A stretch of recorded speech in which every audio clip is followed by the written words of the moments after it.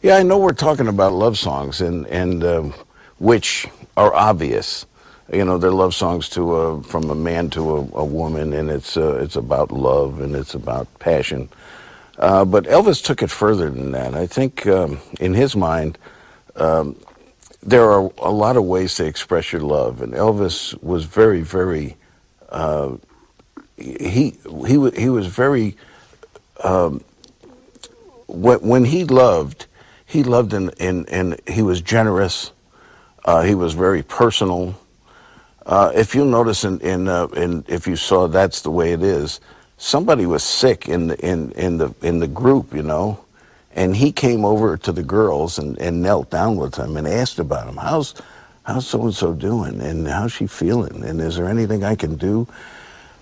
He was so generous and so.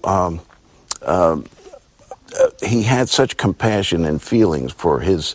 If it was a friend, if it was you know, one of the family members, you know how he was with his mother and his dad, how much he loved his mom and his dad. I mean, it was so obvious in everything that he did. But there's something that he did every year that I don't think a lot of people know about, and he never got any publicity on it because he didn't want it. But every year he took $100,000 at Christmas time. 100,000 is, you know, a lot of money, but to him it didn't seem like a lot of money, obviously. And he would have like an open house at his house at Graceland. And if you came up and had a good story, I mean, he'd write you a check. You know, I need $1,000 he'd write you a check for $1,000. I mean, it would be 1,000, or 5,000 to 10,000, and he gave to a lot of charities in Memphis. You know, to the boys club or to the whatever. And he just wrote out checks, 100 grand every year, and gave the money away. And people knew this, so they'd start lining up, and he'd write them a check. It was just unbelievable. And honestly, nobody knew that. But I mean, don't you think that's love? I mean, this is love for your fellow man. This is love, compassion, and it's a different kind of love.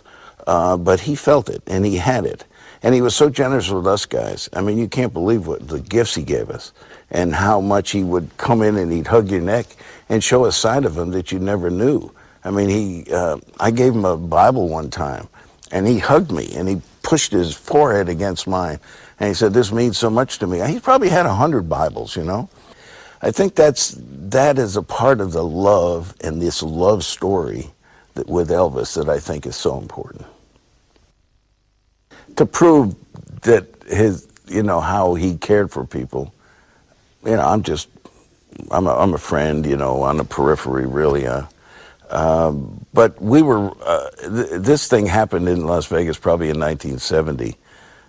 We were up in the suite after the second show when we were standing around the piano singing. It was probably 3 o'clock in the morning. And one of the bodyguards comes up to me. Sonny came up and whispered in my ear and said, "Your wife is on the phone." I said, "Well, that's strange. It's 3 o'clock in the morning." And my wife and my family, my children, my 4 children and my wife were back in a motel that we lived in when we were in Las Vegas, which is way off campus from where Elvis lived in the hotel.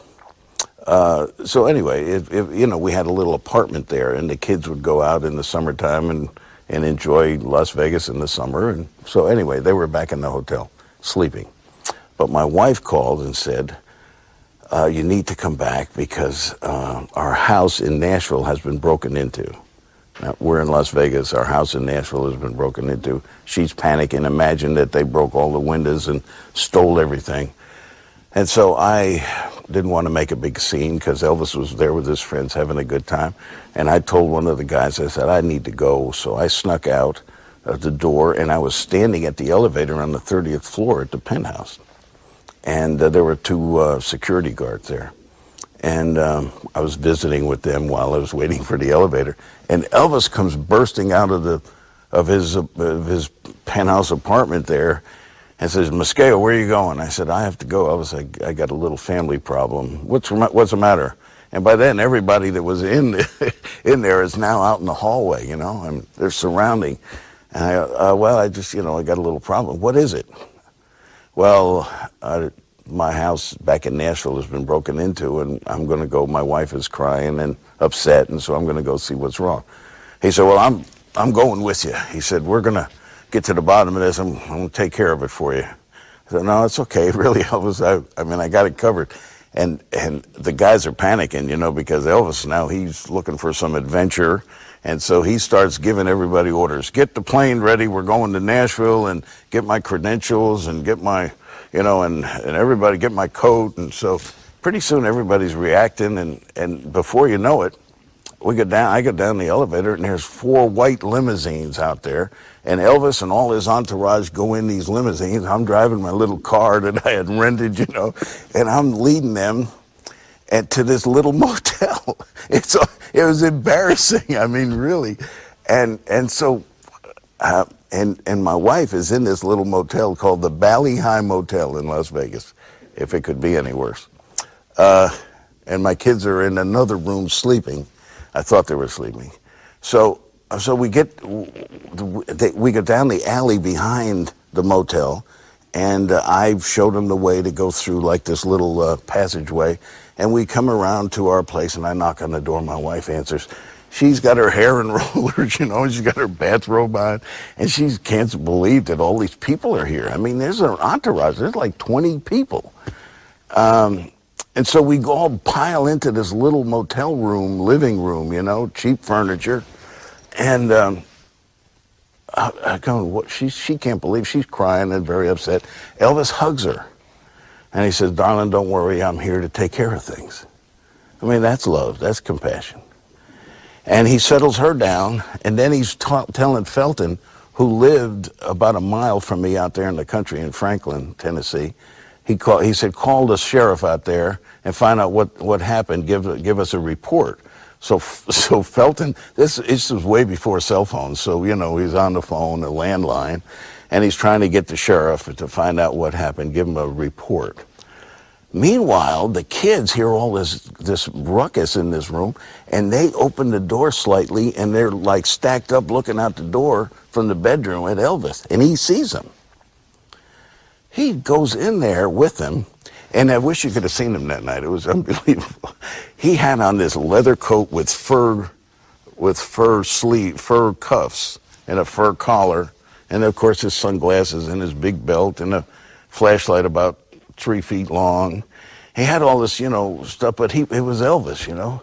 And the kids saw him, they just couldn't believe it. Well, he saw them and went into their bedroom and sat on the bed with these kids. And he started talking to them. And he said, look, I know you know, we're here because your house in Tennessee has been broken into. And he said, I just want to tell you, if they took your bicycles or any of your toys or anything that you loved and you know that was really your favorite, you'd let me know. Write me a note. Let me know. And he said, I'll replace it better than what you had. I promise you that. And okay. And he said, okay. And yeah, they said, okay. And he patted them or whatever. And they, you know, he just left them in the bedroom. They still talk about it. Now, you know, the kids are in their 40s and 50s, and they're still talking about Elvis coming into their bedroom that night. To me, that's love. I mean, that's the real deal. And that's what love songs are about.